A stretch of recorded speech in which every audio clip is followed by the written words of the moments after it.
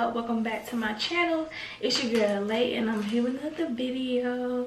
This video is like a highly requested video. Every video that I pretty much done posted about wigs, I always get this one comment and be like, can you show us how to take measurements, or can you show us how to transfer the measurements over to the wig head and the dome cap?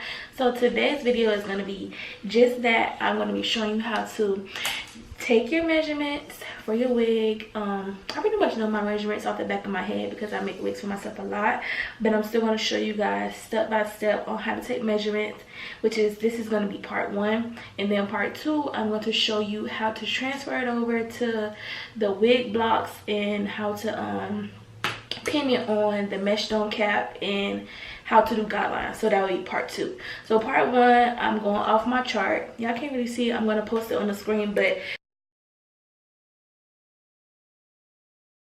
this is the chart that I use when I'm taking measurements. I have it listed on my site. Like I said, I'm going to post it on the screen somewhere so y'all can see.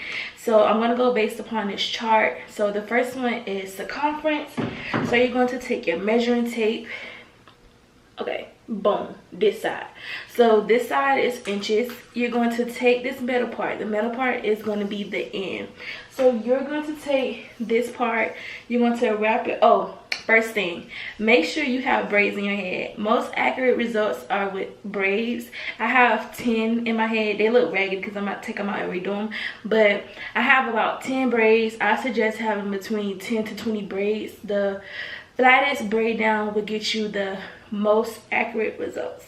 You want the most accurate results because you want your wig to be snug on your head and fitted without no extra space. So I highly suggest taking measurements when your hair is braided, not no too big old braids because they're gonna be lumpy. So I suggest I say 5, but if it's gonna be 5, make sure they're small, but I highly suggest 10. I have 10 in my head. I did it myself, so I suggest 10 to 20 braids. So like I said, you're gonna take that metal tip in, you're going to take it around your head, you're going to place that metal in the middle, and then you're going to bring this side and you're going to bring it in the middle to meet. So my circumference is approximately 23 and a half, 23-ish. So when I make my wigs, I use the size 23 dome head. So I got a big ass head. Mine is 23 to 23 and a half. Front to the nape. So you're going to take this metal part, you're going to put it in the middle of your head, like kind of like where your hairline, but I go about a ½ inch above.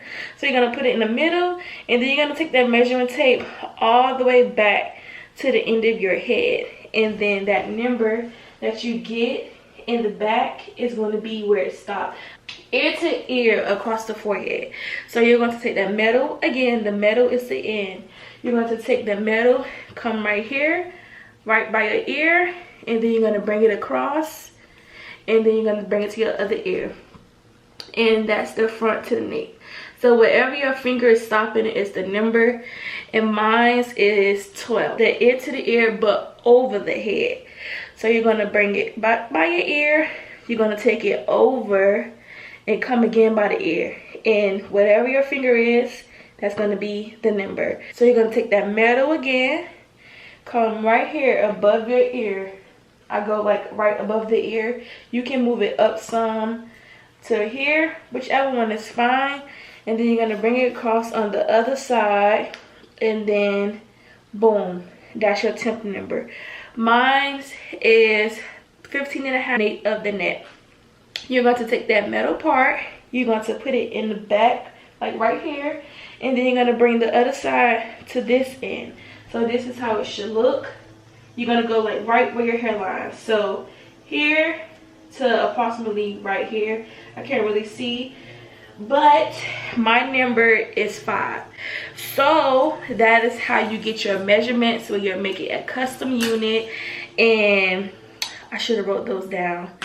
I'll write these down really quick, and then we're going to move on to part 2, which is how to transfer the measurements over to your dome head and your mesh dome cap, which is the caps that I use.